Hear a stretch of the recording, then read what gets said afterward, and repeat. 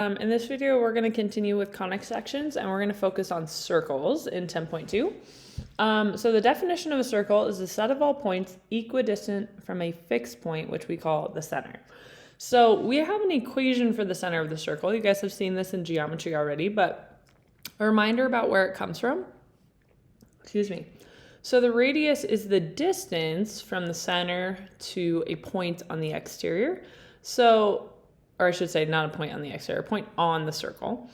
And so that distance we could find using the distance formula, right? So reminder, here's the distance formula. x2 minus x1 squared plus y2 minus y1 squared. Okay, so if this is my x1, y1, and the center is my x2, y2, and then the distance I'm looking for is the radius, then we can get r is equal to x minus h squared plus y minus k squared. And then this is just fine too, but you guys, just so you know, our standard form of a circle, we don't use the square root, because if you remember from 10 when we were graphing them, we needed the positive and the negative root to see the whole circle. So to compensate for that, we square these guys. So this is the standard form of a circle. So we derive that from the distance formula. That's where it comes from. But this is always the formula for a circle in standard form. So h and k are the center. So our center is always hk. And then the radius is r. Okay, so we can use that information to graph. So this is a circle because it has the same format. So the center is h and k, so 2 and 1. And then the radius, this is r squared. So if r squared equals 25, then r must be 5.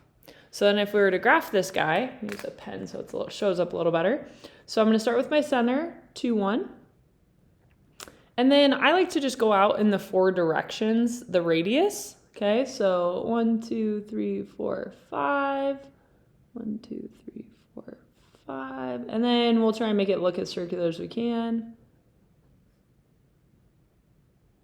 All right, so now if I connect, try and make it relatively round here.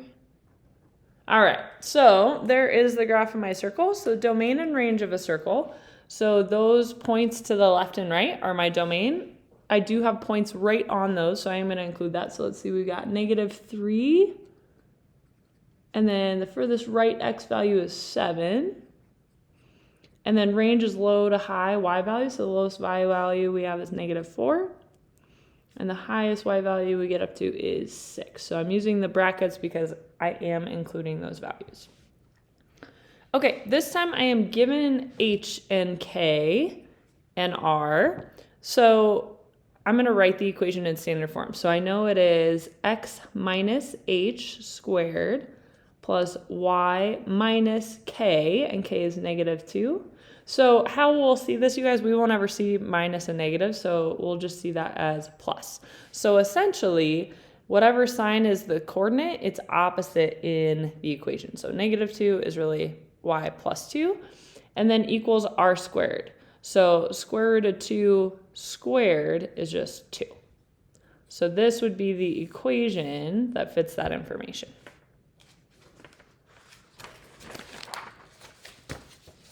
Okay, here I have the center is at 0, 3, and a point on the circle is 2, 4. Okay, so a couple ways I can do this. I know the center, so I've got x minus 0 squared plus y minus 3 squared equals r squared. So we don't know r. So there's a couple ways I can do this. R is the distance between these 2 points. So I can use r to find that. I also could just plug these 2 values in for x and y, because that's an x and y on the circle. So I'm going to do that. So I've got 2 minus 0 squared plus 4 minus 3 squared equals r squared. So let's see, we got 4 plus 1 equals r squared. So 5 equals r squared. So r is the square root of 5. So my equation is x minus my center, x minus 0 squared. So you guys, you typically won't see it like that. You'll just see it like this, x squared, plus y minus 3 squared equals r squared. This is what goes in the formula, is r squared, so equals 5. So this would be the equation for that circle. Sorry. Okay, here the center is 2, 6, and the circumference of the circle is 8 pi. So remember, circumference is the same as 2 pi r, or diameter times pi is another way that you'll see that. So if my circumference equals 8 pi, that means my diameter was 8 and my radius is 4. So I now can write my equation. So we got x minus my x coordinate of the center plus y minus the y coordinate equals 4 squared, which is 16. Okay, now sometimes it is possible for us to get an equation not in standard form. We can always put it in standard form by completing the square. So remember, that is adding b over 2 squared to both sides. Okay, so we are actually going to do this twice. So the first thing I'm going to do is I'm going to put the x's together and the y's together, and I'm going to move the constant to the other side. So I'm just going to rearrange. So we've got x squared plus 4x plus something, and then I'm going to do the y's. Y squared minus 6y plus something equals, and then I'm going to add the 3 to the other side. And then whatever I add here and here, I must also add here and here. So these two and these two. Okay, so this is where I do b over 2 squared. So b over 2 squared, right? For this, b is 4. So this is 4 over 2 squared. So 4 divided by 2 is 2. 2 squared is 4. So that's what goes there. And here. Okay? Now I'm going to do it for the y's. So b over 2 squared is negative 6 over 2 squared. Because now I'm looking at the y's. Negative 6 is the b for the y's. So negative 3 squared is 9. That's what goes here and here. Okay, so remember, this will always factor to be x plus half of b is 2.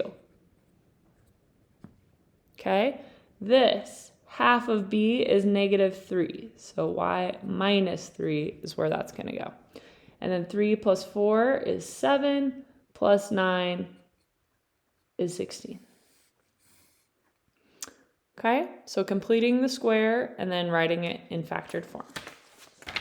Okay, last example, reminding you what a tangent line is. So a tangent line in the same plane as a circle intersects the circle at only one point, and it always is perpendicular to the radius where the radius intersects that point.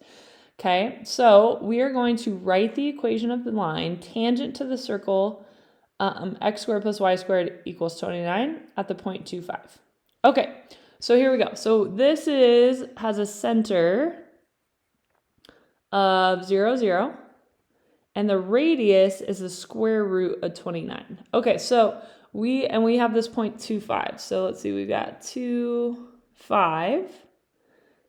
Okay, so this point is on the circle. Okay, the center of the circle is right here. So we have the circle, right?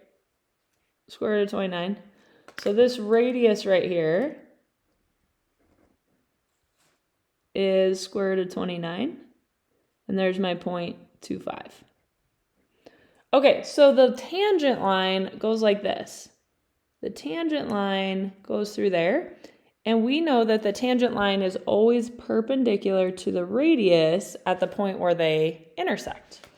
Okay, so something we need to remember. We want to write the equation of the tangent line. So here's a couple ways we can do that. So equation can either be point slope form, which looks like this. Okay, so this is point slope. Or y equals mx plus b, which is slope-intercept form. Okay, now for the tangent line, I need those two things. I need a point and I need the slope. Well, the other thing I need to remember is the slope of, so perpendicular means they're intersecting at 90 degrees. The slope, which is m, of perpendicular lines, opposite reciprocals. So here's an example. So for example, if I had the slope of one line was 2/3, the perpendicular slope, that upside down t means perpendicular, is opposite. So switch the sign and then reciprocal, flip the fraction. So that's an example. Okay, so this is kind of a side note. Okay, so back to this problem. So I could find the slope of this line because I could just count from the graph, right? I could count up rise over run from point to point. So my slope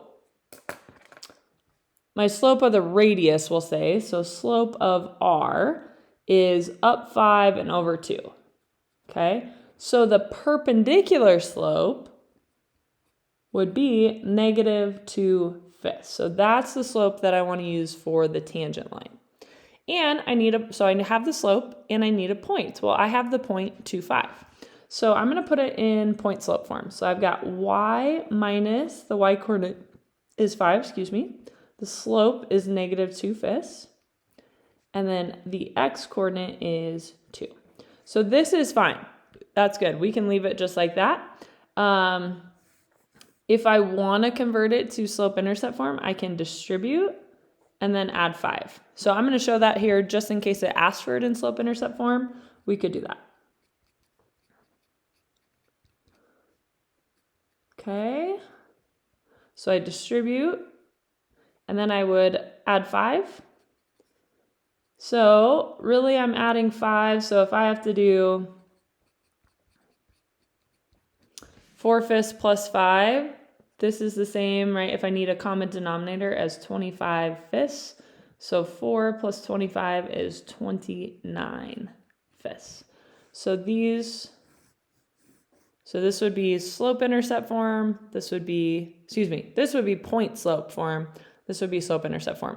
I would recommend just stopping here unless they ask for slope-intercept form. All right, and that's all for the circle video.